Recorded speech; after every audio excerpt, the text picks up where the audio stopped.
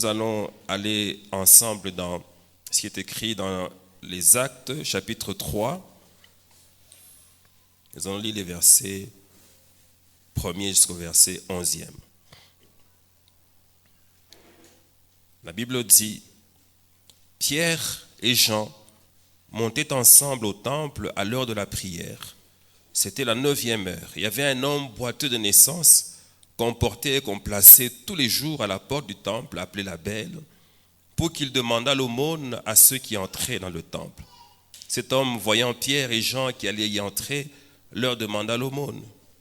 Pierre, de même que Jean, fixa les yeux sur lui et dit, « Regarde-nous. » Et il les regardait attentivement, s'attendant à recevoir d'eux quelque chose. Alors Pierre lui dit, « Je n'ai ni argent, ni or, mais ce que j'ai, je te le donne, au nom de Jésus-Christ de Nazareth. Lève-toi et marche. » Et le prenant par la main droite, il le fit lever. Au même instant, ses pieds et ses chevilles devinrent fermes, et d'un saut, il fut debout, et il se mit à marcher. Il entra avec eux dans le temple, marchant, sautant et louant Dieu. Tout le monde le vit marchant et louant Dieu. Il reconnaissait que c'était celui qui était assis à la belle porte du temple pour demander l'aumône, et il fut rempli d'étonnement et de surprise au sujet de ce qui lui était arrivé. Comme il ne quittait pas Pierre et Jean, tout le peuple, étonné, accourut vers eux au portique dit de Salomon. Amen. Ma prière pour toi, c'est que Dieu fasse tellement de choses dans ta vie que les gens qui te regardent maintenant, les gens qui verront ce que Dieu fera, qu'ils puissent être remplis d'étonnement. Non seulement qu'ils soient remplis d'étonnement, mais qu'ils accourent vers l'endroit où tu leur as reçu cette visitation divine. Que tu sois un instrument de Dieu pour amener plusieurs au salut. Et le Seigneur peut t'utiliser de cette manière pour que tous ceux qui parlent contre toi maintenant soient ceux qui vont te suivre pour qu'ils rencontrent le vrai Dieu. Alors dans cette histoire, nous avons Pierre et Jean qui marchent ensemble. Et j'aime bien que ce soit Pierre et Jean qui marchent ensemble. Parce qu'au départ, c'est vrai qu'ils ont été disciples de Jésus, c'est vrai qu'ils ont passé 3 ans avec le Seigneur et ils ont vu toutes sortes de choses extraordinaires. Mais il est resté que Pierre et Jean étaient des personnes différentes. Différentes par leur âge.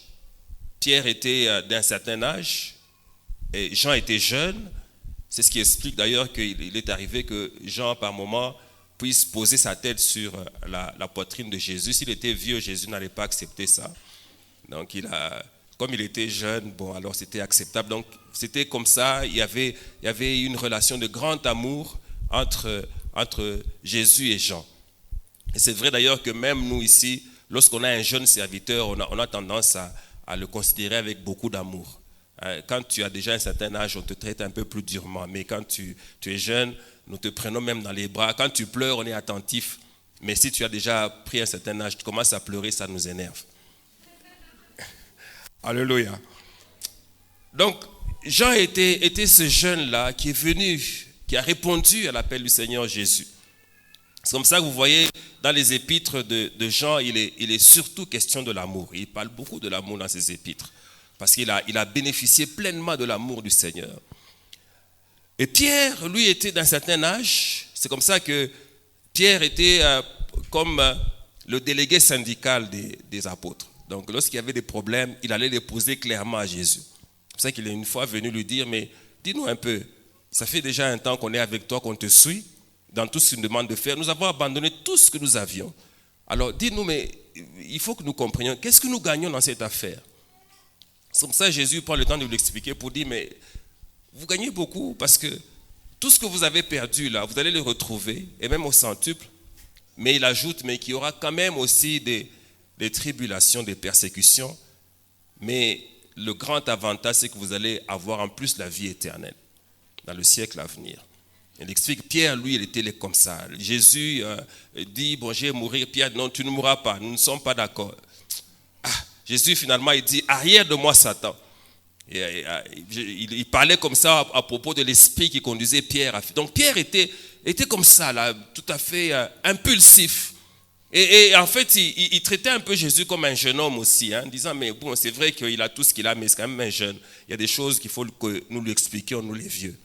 Il faut qu'on lui fasse comprendre ça. Donc c'est des personnes de nature différente comme ça, d'âge différent. Et je ne sais pas si dans leur éducation c'était vraiment différent, ça je ne sais pas le dire. Mais ce qui est vrai, c'est qu'on peut les voir différents.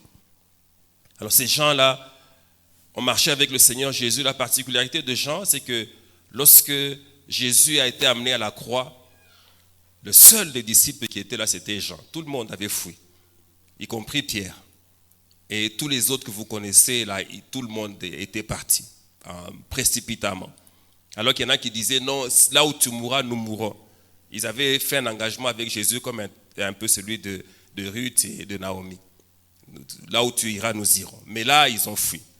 Ici, d'ailleurs, je voudrais te dire une chose, c'est que le jour où tu auras des problèmes, ne sois pas surpris que les gens qui t'aiment beaucoup maintenant te fuient. C'est normal parce qu'ils ne sont pas habitués aux problèmes. Donc, dès qu'il y a des problèmes, ils vont partir. Et ce qui va se passer, c'est que quand tu n'en auras plus, ils vont rentrer. S'ils reviennent, accueille-les. Hein? Il ne faut pas les chasser. Il ne faut même pas leur rappeler ce qui s'est passé parce qu'ils savent que ce qu'ils ont fait n'est pas bon. Il ne faut pas tout le temps. Non, d'ailleurs, vous, non. Tu les accueilles et puis on continue la marche. Alléluia. Mais le seul qui était avec Jésus jusqu'à la croix, au moment où il était humilié, au moment où il n'avait plus rien, toute la force qu'il manifestait pendant son ministère avait comme disparu. Au moment où il était à la croix en train de dire à Dieu, pourquoi m'as-tu abandonné? Jean était là. C'est comme ça que Jésus dit à Marie, voici ton fils. Et il dit à Jean, voici ta mère. Parce que Jean était le seul qui était là. Tout le monde avait fui. Pierre qui disait, non, nous sommes prêts à mourir avec toi. Jésus lui avait dit d'ailleurs, toi là, ce qui va t'arriver, c'est qu'avant qu'il ne soit le matin, que le soleil n'apparaisse, tu vas me renier 3 fois. C'est tellement qu'il lui a dit, non, je ne peux pas.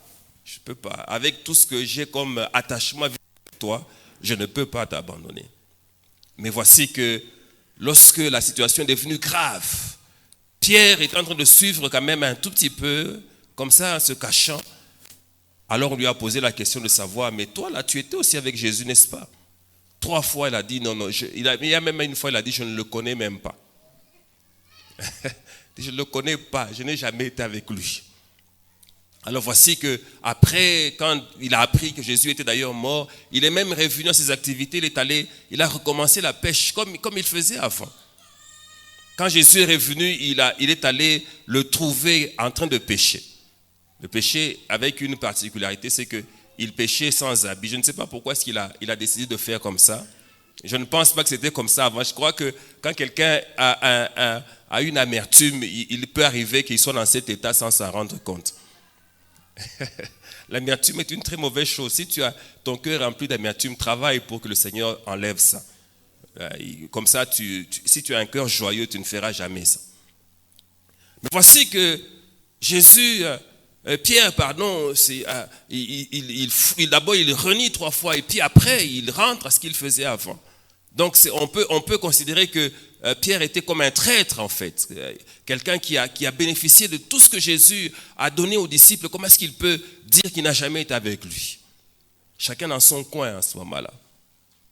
Quand Jésus vient, il dit à ses disciples, allez m'attendre en Galilée, c'est là que je vais vous rejoindre, mais il dit, dites-le aussi à Pierre. Parce qu'il était important qu'à Pierre, on parle de manière particulière, parce que ce qu'il a fait devait être quelque chose qui travaillait dans son cœur. Pourquoi est-ce que j'ai fait comme ça? Pourquoi j'ai fait comme ça? Alors Jésus revient, il ressuscite, il les réunit, il leur parle du royaume avant de monter au ciel. Et pendant 40 jours, il leur parle du royaume, il leur parle du règne, de son règne et du règne des dieux sur la terre. Oui, il leur explique ce qui va se passer, comment est-ce que les choses vont se faire de manière à ce que la volonté des dieux soit accomplie sur la terre pleinement. Que tous les royaumes de la terre soient soumis à la royauté de Jésus. Il leur explique ça. Je suis en train d'étendre ce que la Bible dit. Et quand vous lisez dans Acte 1, c'est ça. Jésus a pris 40 jours. Il leur a donné des signes de sa résurrection, des signes qu'il était vivant. Et il a aussi pris du temps pour leur expliquer des choses en rapport avec le royaume. Et puis, quand le temps arrive, il monte et il part. Il les laisse en train de prier. Et puis, le Saint-Esprit vient sur eux. Ils sont remplis, ils parlent en langue. Et puis Pierre, celui qui avait trahi Jésus, se lève, il commence à parler. Il parle. Et ce jour-là, 3000 hommes se convertissent. Les gens sont touchés par la puissance de la parole. Et ils commencent à poser la question, mais qu'est-ce que nous devons faire, frère, pour que nous soyons sauvés? Alors qu'ils étaient venus pour célébrer la Pentecôte, pour fêter. Il y a parfois des choses comme ça, tu viens pour quelque chose, le Seigneur te donne ce qui est mieux pour toi. Je voudrais que le Seigneur te donne ce qui est mieux pour toi ce soir. Alléluia. Alors Pierre parle et les gens, 3000 hommes, viennent au Seigneur Jésus. Et ces gens-là deviennent des disciples du Seigneur Jésus. À partir de ce jour-là, quelque chose d'extraordinaire. Comment est-ce qu'on peut, au cours d'une seule prédication, on voit tout ce nombre-là. Et là, il faut savoir que la population mondiale n'était pas si grande. Même là-bas, il n'y avait pas tant de gens que ça. Donc 3000 personnes, c'était vraiment immense comme nombre de gens qui se sont convertis. Et Pierre et les autres commencent un travail extraordinaire. Ils priaient tellement fortement que la puissance de Dieu était manifeste, que les gens vivaient des miracles de toutes sortes. Ce Pierre-là, qui pouvait à un certain moment faire en sorte que les gens se placent sur une ligne pour la guérison, et c'est seulement son ombre qui les touche et sont guéris. Sont guéris. Donc, il est devenu une autre personne. Une autre personne. Et voici que lui et Jean se retrouvent en train de faire le travail de Dieu ensemble. Vous savez, si nous restons dans nos passés, si nous restons dans les fautes que nous avons commises, si nous restons dans les circonstances passées de nos vies, nous ne pourrons pas servir le Seigneur ensemble. Il y a des choses que nous devons oublier. Il y a des choses que auxquelles nous ne devons plus donner de l'importance pour que nous servions le Seigneur ensemble. Je ne suis pas sûr, et d'ailleurs je ne pense pas que ça s'est fait, que Jean rappelait tout le temps à Pierre, mais toi tu as trahi le Seigneur. Non, non, non. Ils servaient ensemble. Ils allaient au temple ensemble. Et la Bible dit qu'ils y allaient à l'heure de la prière. À l'heure de la prière, il y a un rendez-vous avec le Seigneur Dieu. À l'heure de la prière, il y a des choses particulières que le Seigneur veut accomplir. Lorsque les gens sont rassemblés, Dieu aime ça pour manifester ce qu'il est. C'est pour cela que quand nous sommes rassemblés comme ça, nous devons donner un caractère sacré à notre rassemblement. Nous ne sommes pas venus à la rencontre d'un homme ici. Nous ne sommes pas venus en pique-nique ici. Nous ne sommes pas venus en curieux ici. Je veux que il y ait une soif dans ton cœur, la soif d'avoir une rencontre spéciale avec le Seigneur ce soir. Ne dis pas non, nous avons déjà prié. Non, non, ce n'est pas encore fini. Dieu peut parfois agir dans les dernières minutes d'un culte et accomplir une chose qui étonne tout le monde. C'était l'heure de la prière. Ah, je voudrais que nous en arrivions au point où, quand c'est l'heure de la prière, nous courons parce que nous savons qu'il y a des choses que Dieu va accomplir. Parce que c'est l'heure de la prière. Pas seulement ici, même dans nos maisons. Donnez de l'importance à l'heure de la prière dans votre maison. Que ce ne soit pas seulement une formalité, parce que pour plusieurs c'est une formalité. On fait ça parce que Dieu a exigé. Non, il faut que ce soit un temps où vous courez pour dire, nous allons à une nouvelle rencontre avec le Seigneur. C'est Dieu ici qui n'est pas un Dieu d'habitude. C'est Dieu ici qui n'est pas un Dieu de routine. Chaque jour, il est capable de faire une chose telle que on commence une nouvelle page de l'histoire. Tu es en train de vivre un chapitre de ta vie, mais Dieu peut le clôturer aujourd'hui et commencer un autre. Alléluia. Ils sont en train de marcher ensemble. Et il y a une puissance dans l'unité, bien-aimés. Si nous nous mettons ensemble, si nous prions ensemble, si nous travaillons ensemble, il n'y a rien que le diable pourra faire ici. C'est pour cela que la plus grande arme du diable, ou l'une des plus grandes armes, c'est la division. Il divise les familles, Nous avons même des couples divisés. Vous savez, vous connaissez ce passage où Dieu nous exhorte les hommes à avoir du respect par rapport à leurs femmes. Et puis à un certain moment, il dit, afin que rien ne vienne faire obstacle à vos prières. Il y a beaucoup de choses qui peuvent faire obstacle à nos prières. La prière, ce n'est pas un jeu. La prière, ce n'est pas une formalité. Il ne faut pas faire la prière parce qu'il faut la faire. En disant, oui, Dieu a exigé, on fait. Alors que vous n'êtes pas ensemble. Il faut tout faire pour que vous soyez ensemble. Il n'y a aucun problème qui n'a pas de solution dans la vie. Prenez du temps, parlez, arrangez, mais priez avec des bonnes dispositions pour que Dieu vous exauce dans vos prières. Ça doit être ça ici, ça doit être ça dans nos maisons. Prions ensemble. Et nous allons voir ce que Dieu va accomplir. Vous savez qu'une église est puissante quand les familles sont puissantes. Pour que ça marche, pour que l'église aille de l'avant et fasse des percées, il faut qu'il y ait de la force dans les familles. Il faut que les familles soient équilibrées, il faut que les familles soient complètement engagées. Il faut que les familles aiment Dieu. Il faut qu'on commence à servir Dieu à partir de sa maison. Tu ne peux pas venir ici essayer de faire des grandes prédications qui bouleversent les gens si tu ne sais pas faire ce type de prédication dans ta propre maison. Tu ne peux pas venir apparaître comme un grand serviteur si chez toi, on se demande même si tu as déjà donné ta vie à Jésus. Il y a des papas comme ça. Quelqu'un a dit un jour, papa, ce n'est pas un chrétien. Alors que son père était un ancien. Il dit, ce n'est pas un chrétien. Des choses qu'il fait, ce n'est pas un chrétien. Parfois c'est papa, parfois c'est maman. Une maman qui griffe les enfants terriblement là. Ce n'est pas chrétien ça. Alléluia. Alors voilà, le Seigneur a besoin que nous soyons, quand nous sommes unis, il n'y a rien. C'est comme ça que lorsque les gens étaient unis pour construire la tour de Babel, Dieu a dit, si nous ne faisons rien, il n'y a rien qui va les arrêter. Si nous sommes unis, il n'y a rien qui va nous arrêter. Alors voici qu'il marche, il trouve ce paralytique, qui est paralytique de naissance. Ça a toujours été comme ça pour lui. Et non seulement qu'il avait besoin d'aller au temple pour recevoir l'aumône, mais il s'est créé autour de lui un système pour l'amener au temple.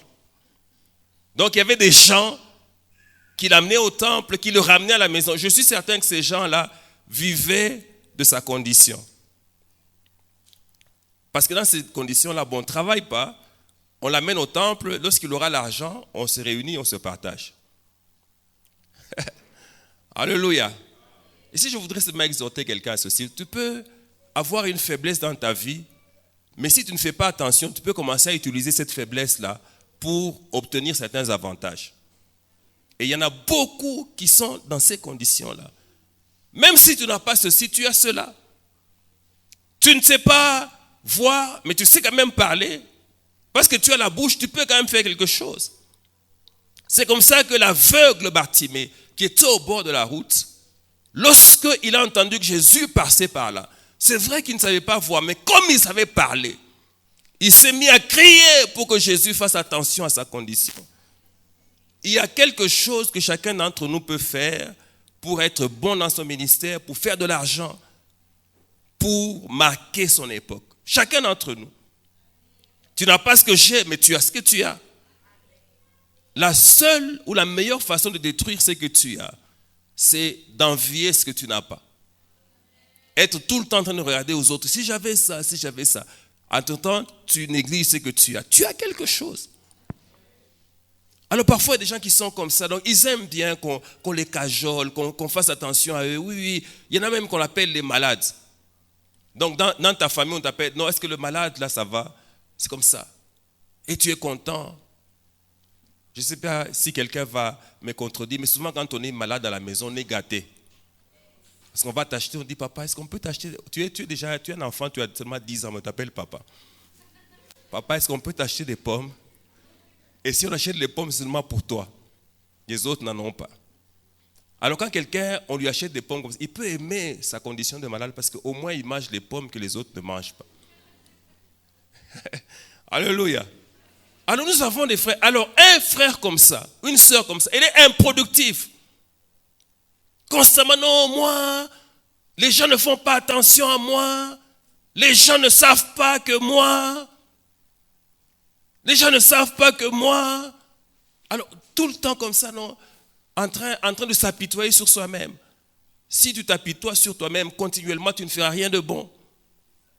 Si tu es là tout le temps, non, moi je suis orphelin. Moi je suis orphelin. Ok.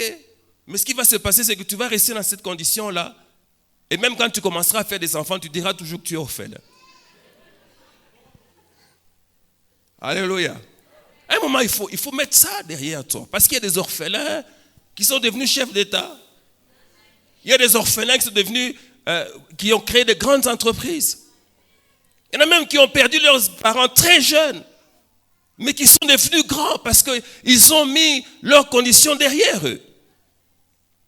Ne vis pas ou ne te contente pas ou n'aime pas la condition de faiblesse dans laquelle tu es. Bats-toi pour sortir de là. Sinon, tu risques de créer un système et ça va être de ta naissance à ta mort comme ça. Si cet homme-là n'avait pas rencontré Pierre et Jean, il allait mourir comme ça. Et il meurt où? À l'entrée du temple. Le temple est là. Il suffisait seulement de faire un mouvement ou de dire à ces gens, écoutez, aujourd'hui, faites-moi entrer dans le temple.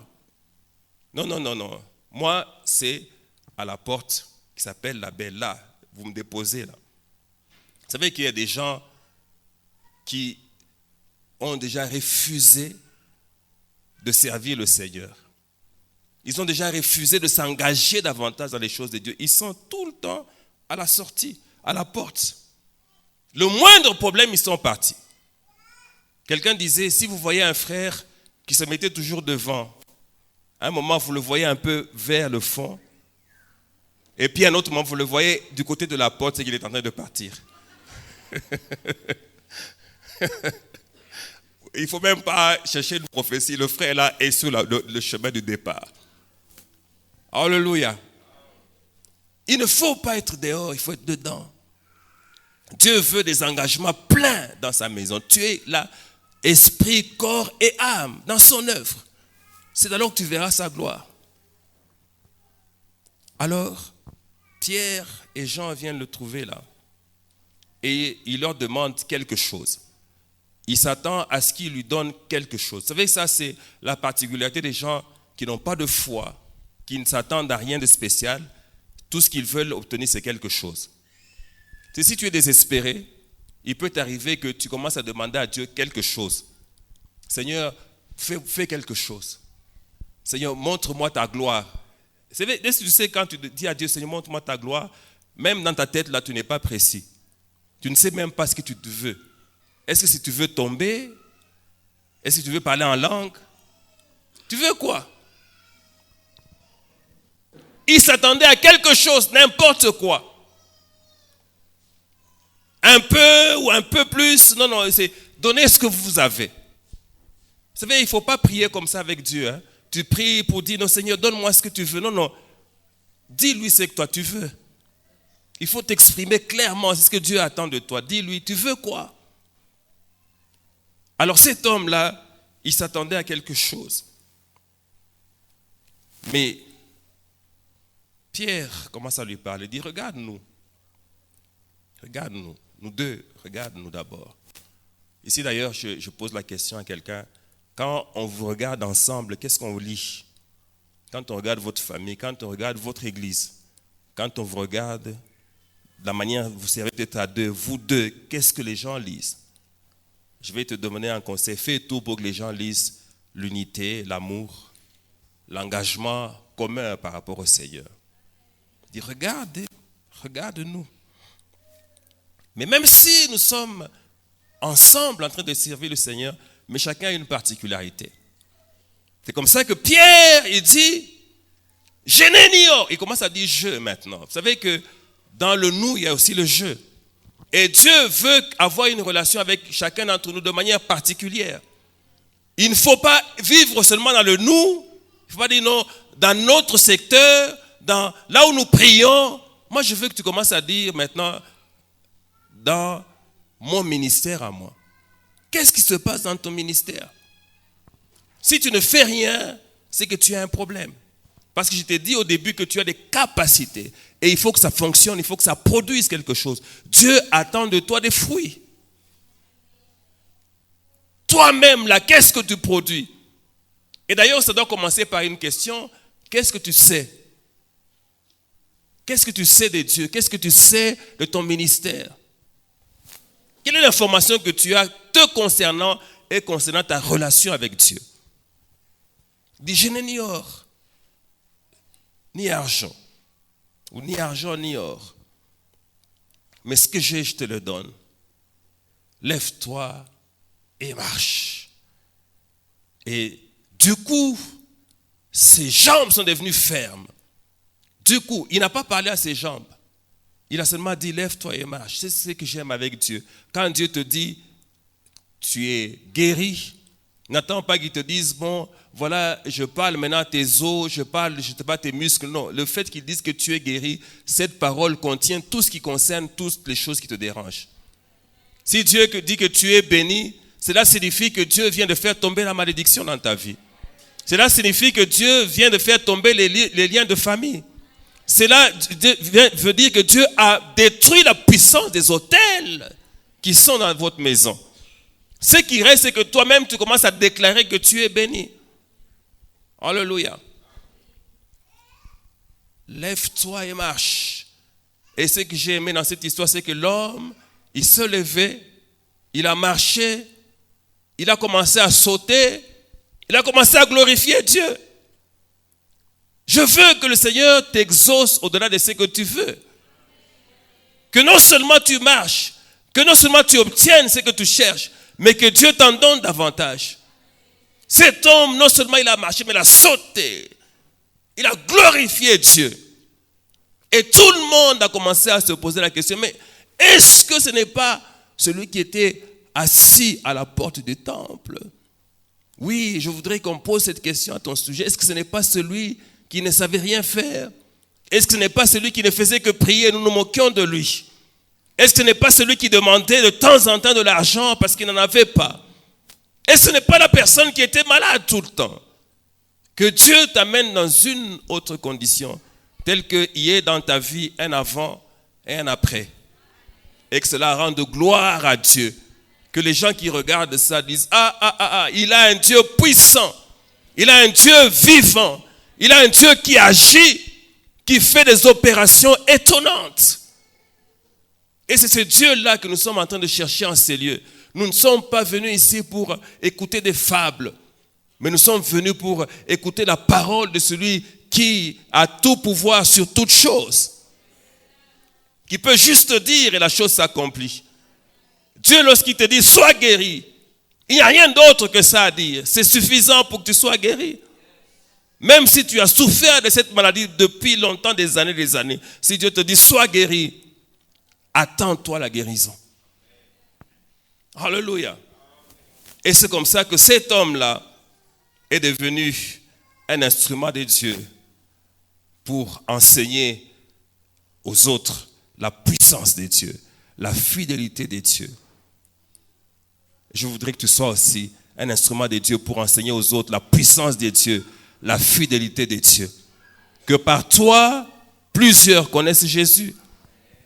Que par toi, plusieurs suivent le vrai chemin de la vie.